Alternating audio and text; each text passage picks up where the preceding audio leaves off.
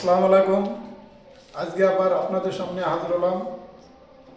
আজকে আমরা নতুন একটা টপিকস নিয়ে আসলাম, সেটা হচ্ছে প্রকৃতি প্রত্যয়। তার আগে আমাদের জানতে হবে প্রকৃতি কি। প্রকৃতি হচ্ছে শব্দের মূল অংশটুকু ভাঙার পরে যেটুকু, যেমন বাঘা যদি আমরা ভাঙি, বাঘ প্লাস আ, এই শব্দের মূল অংশটা হচ্ছে শব্দ প্রকৃতি। তাহলে প্রকৃতি হচ্ছে বাঘ।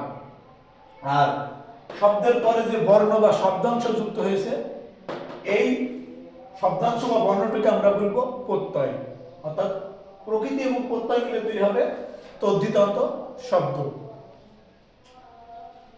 পড়া, পড় প্লাস আ, এই পড়টা হচ্ছে এই ক্রিয়াপদের মূল অংশ। তাহলে ক্রিয়াপদের মূল অংশ হচ্ছে পড়। এই পড়টাকে আমরা বলবো ধাতু প্রকৃতি। তাহলে প্রকৃতি দুই রকম, শব্দ প্রকৃতি, ধাতু প্রকৃতি। আর প্রকৃতির পরে যে বর্ণ বা শব্দাংশ যুক্ত হয় সেটা হচ্ছে প্রত্যয়। তাহলে আমরা প্রত্যয় দেখে নির্বাচন করতে পারবো না কোনটি তদ্ধিত প্রত্যয়, কোনটি কৃত প্রত্যয়। আমরা নির্বাচন করব শব্দ দেখে। এটা নাম শব্দ হলে হবে তদ্ধিত প্রত্যয়, আর যদি ক্রিয়া হয় তাহলে ধাতুর মূল হয় তাহলে হবে কৃদন্ত শব্দ। প্রিয় শিক্ষার্থী, এই প্রকৃতির মধ্যে থেকে যেটা যদি কৃত প্রত্যয় আসে তাহলে ভাঙ্গাটা আসে, আর তদ্ধিত প্রত্যয় থেকে আসলে একটা শব্দ দিয়ে বলে কি অর্থে, এটা আমরা পরের ক্লাসে আলোচনা করবো। আজ আমরা ভাঙ্গাটা দেখি, যে গুরুত্বপূর্ণ এসএসসি পরীক্ষা থেকে শুরু করে প্রাইমারি নিবন্ধন বিসিএস যে সবগুলো আসছে।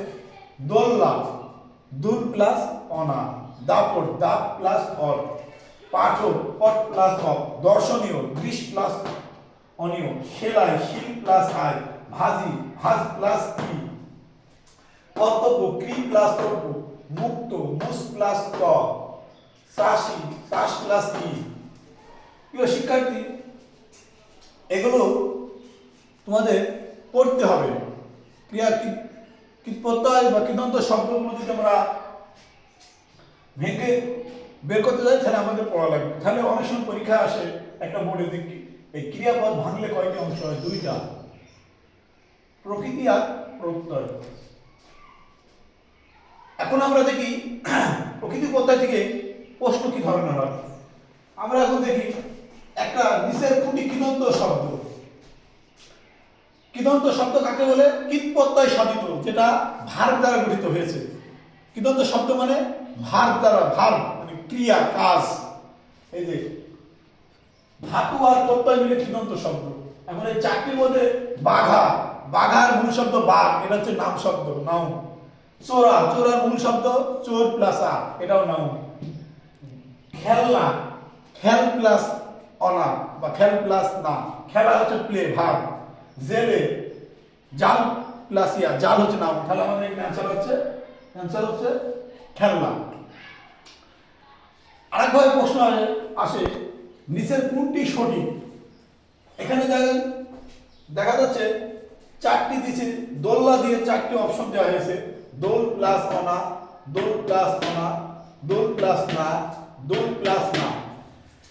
এখন এখানে হালকা আমাদের এখানে সঠিক, এখানে আমরা ভেঙেছিলাম দুল, যদি ভার্ব হয় ধাতুর মূল হয় আর দ্বিতীয় ধ্বনির সাথে অবশ্যই হর্ষ হওয়া লাগবে। তাহলে এখানে আমাদের দ্বিতীয় ধ্বনির সাথে হর্ষ আছে অনা, কিন্তু এখানে এইটার এটা পার্থক্য কি, এই লর নিচে কিন্তু হর্ষ নেই। তাহলে আমাদের সঠিক অ্যান্সার হবে এইটা। আমাদের এর পরের পর্ব আবার নিয়ে আসবো তদ্ধিত প্রত্যয় নিয়ে। আজকের মতন আমরা এখানেই বিদায় নিলাম। খোদা হাফেজ।